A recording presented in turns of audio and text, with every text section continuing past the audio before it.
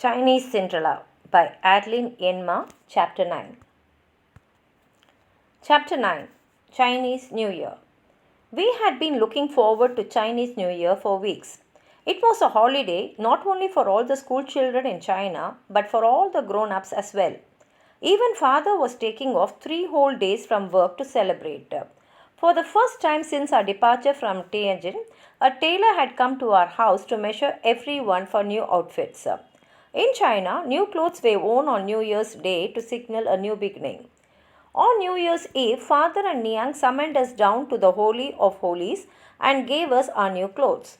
My 3 brothers were terribly disappointed to find 3 identical, loose-fitting, long Chinese gowns made of dark blue wool with traditional Mandarin collars and cloth buttons.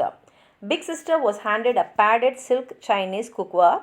I got a basic brown smock made of material left over from one of Big Sister's garments. Fourth brother, however, received a stylish western outfit with a Peter Pan collar and matching tie and belt, while little sister acquired a fashionable knitted pink dress bedecked with ribbons and bows. We 5 stepchildren trooped back upstairs in disgust. My brothers threw their robes on their beds contemptuously. They had been looking forward to Western style suits, shirts, and ties. That was what their trend-setting schoolmates were wearing at St. John's. Trash, Big Brother declared, tossing his new garment in the air and kicking it. Who wants junk like this? You would think we are still living in the Ying Qing dynasty, as if it's not bad enough to be called the 3 Buddhist monks. If they see us dressed in these outdated antique clothes, we might as well forget about going to school altogether. The other day, third brother complained bitterly. My desk partner asked me when I was going to start growing a pigtail and shaving my brow. Maybe you are planning to be the new Emperor Puyi and live in the Forbidden Palace, he told me. What gets me, Big Sister said, is the bluntly inequality between her children and us. I wouldn't mind if all 7 of us were treated the same way. If they really believed in traditional clothes, then all 7 children should be wearing them, not just the 5 of us. Aside from the clothes, second brother interrupted. What about our shaved heads? I don't see fourth brother sporting a Buddhist monk special. Why the little princeling has his hair cut at the most fashionable children's hairstylist on Nanjing Lu. When he stands next to us, it's like we have stepped out of 2 different centuries. Here, father wants to teach us the value of money, Big Brother added. Yet, her children can order whatever they desire from the kitchen at any hour of the day or night. We are supposed to eat only 3 meals a day with kanji and preserved vegetables for breakfast every morning. But I see cook preparing bacon, eggs and toast, fresh berries and melon for their breakfast. Last Sunday, I went into the kitchen and told cook I wanted a slice of bacon. The idiot won't even give me a straight answer. I have my orders, he told me. Bacon is reserved for the first floor. One day I am going to sock him in the mouth. It's really getting intolerable, Big Sister complained, lowering her voice and motioning me to close the door. I obeyed with alacrity, happy to be included. We should be careful though. Niang has a spice. That new tutor nanny she's employed for her 2 children. That Miss Chin, she gives me the creeps. She is so slimy and obscure, smiling and bowing all the time. Yesterday she cornered me and invited me to have afternoon tea with fourth brother and little sister in their nursery. I never saw such a spread. Finger sandwiches, toasted buns, chestnut cream cake, sausage rolls. Here we are restricted to breakfast, lunch and dinner and starving between meals while our half siblings are throwing their leftovers from their balcony to Jackie in the garden. It is so unfair. Anyway, Miss Chen kept quizzing me about Yi, Aunt Baba, all of you and what we think of Nianga. Of course, I didn't reveal anything. I am sure whatever I would have said would have been reported straight back to our stepmother. I simply detest that sneaky stool pigeon Miss Chen, Big Brother confessed. Day before yesterday, father calls the 3 of us down to the Holy of Holies. Big lecture. Miss Chen says that one of you was playing with the tap of the filtered water tank on the stairway. How many times have I told you not to drink out of the tank? It's permanently out of bounds to you. Do you hear? If you want drinking water, you get it from the hot water thermos flask in the kitchen. Otherwise, you boys have a habit of leaving the tap turned on when there is temporarily no water. Later on, when the tap water percolates through the filter, there is a big pool of water on the stairs. Your mother has had enough of it. So we deny that we even touch the tap. Does he believe us? Of course not. I told father that I personally observed Miss Chin fiddling around with the tap early that morning. Probably nobody ever wondered about how finicky the water tank is. What's the end result? Father chooses to believe her, and we each got 2 lashes from the dog whip. The liar, I hate her. This just can't go on, big sister declared. Let's get organized. If we unite together and protest in one voice, they won't ignore us. What about a hunger strike? That's sure to get their attention. Are you ready to join us? Fifth, younger sister. I was thrilled that big sister was addressing me personally. Of course I am, I exclaimed ardently, but I don't think a hunger strike will work. They'll probably be very happy that we are not eating. 5 less mouths to feed, that's all. For a hunger strike to succeed, they have got to care whether we live or die. I'm for a revolution, second brother exclaimed. Out and out war. We go to the kitchen, open the refrigerator, eat what we want, and face the consequences. What can they do? The food's already in our stomachs being digested. Won't be so easy to get it back out. You're always so impulsive and volatile, big brother exclaimed critically. Just like that rash General Zhang Fei in the Three Countries War. We've got to be more subtle and patient. Diplomacy and subterfuge are always superior to confrontation. Let's ask for a private conference with father and point out the inequalities in a calm, logical fashion. It won't work, third brother consoled. Father will never come to the table without Niang. What about an anonymous letter written in Chinese sent to father through the mail? Niang doesn't read any Chinese. Big sister could write it with brush and ink. Her handwriting is excellent and can pass for that of an adult. Brilliant idea, exclaimed big sister. Let's draft the letter now. We hunched over the table, muttering suggestions, becoming more and more excited at our escapade. Third brother decided he might as well go to the bathroom and relieve himself while the letter was being written. He yanked open the door, stepped outside, and to his horror, almost collided with Niang, who was standing immediately behind the portal with a ear glued against it. Ashen-faced and petrified, he stared dumbly at our stepmother without fully closing the door, while she looked down at him disdainfully. There was a deathly silence as they regarded each other. Third brother started to tremble with terror. Slowly, Niang raised her right index finger against her lips, warning him not to make a sound. She then waved him on with her open left hand. In the bathroom, as he told us a few moments later, third brother locked the door carefully behind him. Recalling Niang's intimidating stare, sphinx like immobility, and expression of distinctive menace, he was seized by a surge of nausea. How long had she been listening? What had she heard? Was everyone still plotting? Would they send him away from home?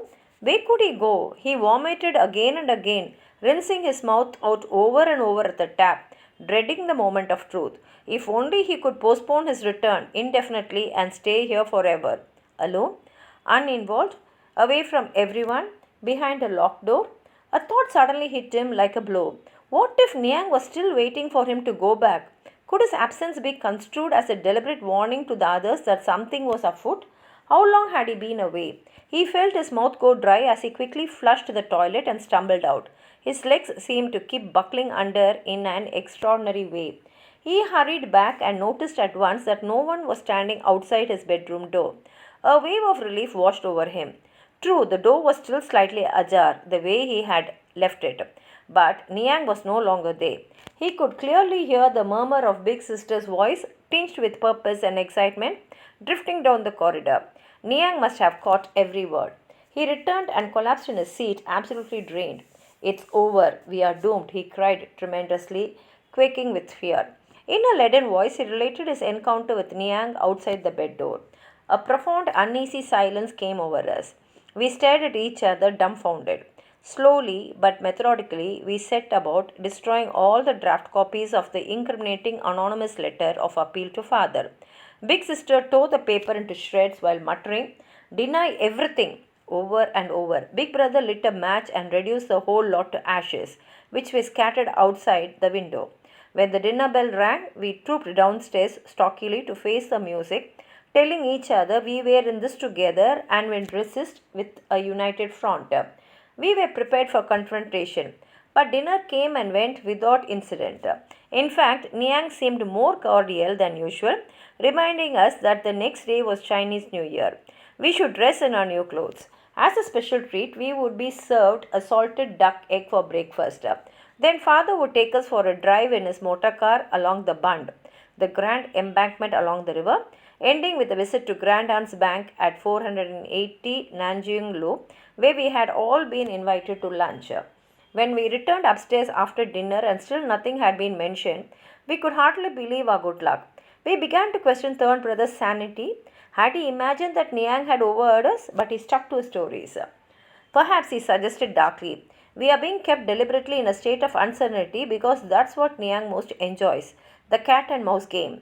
Once again, we began to feel sick with apprehension, but there was nothing we could do but wait. What Niang decided to do was divide our loyalty by recruiting our leader, Big Sister, over to their side. The next day, as we rose from the table after a festive New Year's dinner, Niang smiled at Big Sister and invited her to move downstairs into a spare bedroom on the second floor, their floor. Her offer aroused a number of disturbing emotions among us. After Big Sister moved down to the second floor, she started assuming airs and distancing herself from those of us left on the floor above. She earned to gain Niang's favor and gradually came to realize the importance of being on good terms with Miss Chin. The latter shared a room with Niang's two children and catered to their every wish, particularly those of fourth brother, Niang's favorite darling. As the days went by, Big Sister's attitude towards Miss Chen underwent a profound change. The two became friends, bound by a mutual aptitude and appetite for intrigue. Big Sister would scurry around to Niang at every opportunity to list her grievances against her former allies, fawning on those in favor and gossiping about those fallen from grace. She wanted her newfound power to instill fear, and Niang rewarded her with special favors, gifts, pocket money, outings with friends. There were no more private gatherings among the five of us, let alone anonymous letters to father. Full of envy and discontent, we four met to discuss the situation. Why is she being so favored? Big brother asked. This has been especially noticeable since Niang eavesdropped on us on New Year's Eve. Niang must have heard that Big Sister is our so-called leader. She is the only one capable of disguising her handwriting to write a credible anonymous letter to father in Chinese. What's going on between her and Niang? I don't trust either of them. They are two of a kind and will hatch up something horrible when they team up like this. She has allegiance to Niang written all over her face, second brother added. She makes me sick. She probably makes up outrageous lies about us and adds oil and soy sauce to everything. Niang likes to hear, agreed third brother. Her method of getting ahead is to inform on everyone up there. The maids were moving furniture into her room yesterday. The door was open, so I went in, confided big brother. Do you know she now has her own writing desk and chest of drawers? Here, the three of us have to share a room. But she not only has a room to herself, but a lazy white bedspread and curtains to match. While I was looking around, she sneaked behind me and tapped me on the shoulder. In future, knock and ask permission before coming in here, she commanded. I almost threw up when I heard her aggressive and overbearing voice. You would think she had turned into Niang herself. She has obviously defeated, third brother related. She has been obviously defected, third brother related. The way she struts around. Yesterday I was coming up the stairs when I saw Big Sister at the doorway of fourth brother's bedroom, begging him for a weeny piece of chocolate cake to tide her over until dinner. It made me ill to watch her sucking up to the willy little squirt, growling and demeaning herself like that. What sort of a leader is she anyway? Whose side is she on? I would rather starve to death than lick the boots of fourth brother. Big brother turned to me. I saw Big Sister with her arm around you yesterday asking you questions. Beware of her. She is an expert at feigning affection. Don't trust her or tell her anything, otherwise you will get hurt. Just remember, she is not like other people's big sisters. She doesn't love anyone, certainly not you. If she can, she will do you in. There was no doubt about it. In no time at all, Big Sister had completely gone over to the other side. I grew even closer to my aunt. Our room became my refuge. Coming home from school every afternoon, I was ever so glad to cross its threshold, close the door, and spread out my books. Doing homework was the only way to cushion myself from the harrowing uncertainties all around. I knew Niang loathed me and despised my aunt. It saddened me that Aunt Baba seemed to be under a life sentence of subordination. Though I was little, I understood the awkwardness of her position. How Niang's wishes always took precedence, how she had to demonstrate caution, submission, and humility at every turn. I found it impossible to speak of this to anyone. It was simply too painful. Instead, I tried to make it up to my aunt by studying hard and getting perfect report cards. Besides, that seemed to be the only way to please my father or get any attention from him whatsoever. I was 7 years old and in the second grade. The girls in my class nicknamed me Genius, partly because of my perfect scholastic record, but also because of my compositions and short stories. I started writing by accident. Mrs. Lin, my Chinese literature teacher, whose daughter Lin Tato was my classmate, once gave our class a homework assignment to write a composition titled My Best Friend. Most girls wrote about their mothers. I didn't know mine, so I wrote of my aunt. My aunt and I share a room. She is my best friend and cares about me in every way. Not only about my hair, my clothes, and how I look, but also about my studies, my thoughts, and what I am. Though I am really nothing, she makes me believe I am special. When I get a good report card, she locks it in a safe deposit box and wears the key around her neck even when she sleeps, as if my grades were her most cherished treasures. My mama and my aunt used to be best friends. Sometimes I dream of my mama on my walks to and from school. I think mama lives high up on a mountain in a magic castle. One day, if I am really good and study very hard, she will ride down on a cloud to rescue me and take me to live with her. Nothing in Shanghai can compare with the place. It's a fairyland full of fragrant flowers, towering pines, lovely rocks, soaring bamboos, and chirping birds. Every child can enter without a ticket, and girls are treated the same as boys. No one is sneered at or scolded without reasons. It's called paradise. Mrs. Lin gave me a high mark and pinned my composition on the bulletin board. From then on, I wrote whenever I had a spare time. It thrilled me to bring my literary efforts to school and to see my classmates pass them illicitly from desk to desk. Group of girls would gather around me during recess to discuss my stories or to hear me read aloud the latest escapades of my imaginary heroines. To me, writing was pure pleasure. It thrilled me to be able to escape the horrors of my daily life in such a simple way. When I wrote, I forgot that I was an unwanted daughter who had caused her mother's death. Instead, I could be anybody I wished to be. In my narratives, I poured out everything that I dare not say out loud. I was friends with the beautiful princesses and dashing knights who lived in my imagination. I was no longer the lonely little girl bullied by her siblings. Instead, I was the female warrior Mulan who would rescue our aunt and AA from harm. In time, my stories became real to my schoolmates also. Once I used the surname Lin to portray a villain. Lin Tato read the tale, angrily erased Lin and scribbled Yen in its place. A quarrel ensued between us, each one enraged because the other had used her name in such a fashion. When I tried to erase my name and reinsert hers, Lin Tattoo suddenly burst into tears. It's only make believe, I protested, feeling ashamed for having made her cry. No, it isn't. You know it isn't. Look, you're rubbing so hard. You have made a hole in the paper. We both stared at the hole, and suddenly it struck me that we were arguing over nothing. I pointed to the hole and started to giggle. We are quarreling over a hole, I told her. A hole is nothing. We are fighting about nothing. Soon she was laughing too. How about calling your villain Wu Ming? That is no name, she suggested. That way, nothing becomes no name and nobody gets mad at anybody. Brilliant. Let's shake hands on that. So the title of my story became The Villain with No Name. In spite of my writing and academic record, my classmates probably suspected there was something pathetic about me.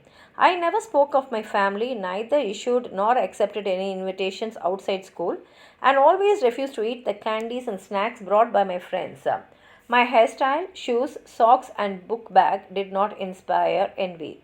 No one from home ever came to be with me on prize giving day, regardless of how many awards I had won.